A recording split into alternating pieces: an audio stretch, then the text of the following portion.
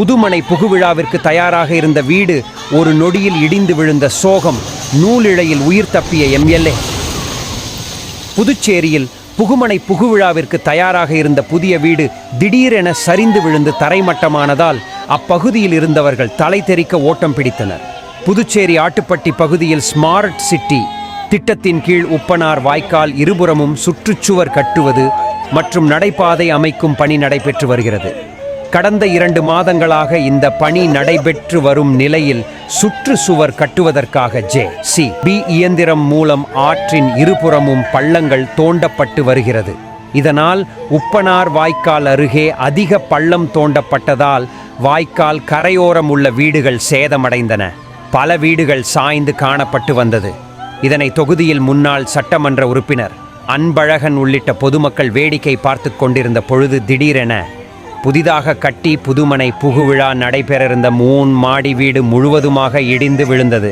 இதனை கண்ட அங்கே கூடியிருந்த மக்கள் நாலாபுரமும் சிதறி ஓடியதால் பரபரப்பு ஏற்பட்டது.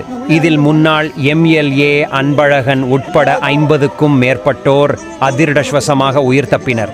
இதனை அடுத்து அதிக அளவில் பள்ளம் தோண்டப்பட்டதே வீடு இடிந்ததற்கு காரணம் என கூறி அந்த பகுதி மக்கள் திடீரென சாலை மறியல் போராட்டத்தில் ஈடுபட்டனர்.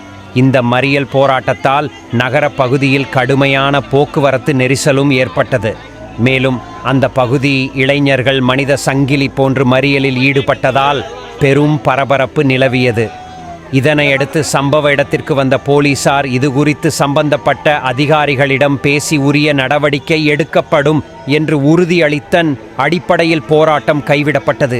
இது குறித்து அதிமுக மாநில செயலாளர் அன்பழகன் கூறும்போது, புதிதாக கட்டப்பட்ட வீடு இடிந்து விழுந்து உள்ளது. வீட்டின் உரிமையாளருக்கு முதலமைச்சர் புதுச்சேரி அரசு உரிய நஷ்ட ஈடு வழங்க வேண்டும் என அவர் கேட்டுக்கொண்டார். வீட்டின் உரிமையாளர் கூறுகையில், வீட்டில் இருந்த நகை, பாத்திரம் உள்ளிட்ட அனைத்து பொருள்களும் சேதமடைந்து விட்டதாக அப்பெண் கண்ணீர் மல்க தெரிவித்தார். புதிதாக கட்டி கிரகப்பிரவேசத்திற்கு தயாராக இருந்த வீடு இடிந்து விழுந்ததில் வீட்டில் உள்ள பல லட்ச ரூபாய் மதிப்பிலான பொருட்கள் அனைத்தும் சேதமடைந்துள்ளன. மேலும் இந்த சம்பவம் புதுச்சேரியில் பரபரப்பையும் ஏற்படுத்தி உள்ளது.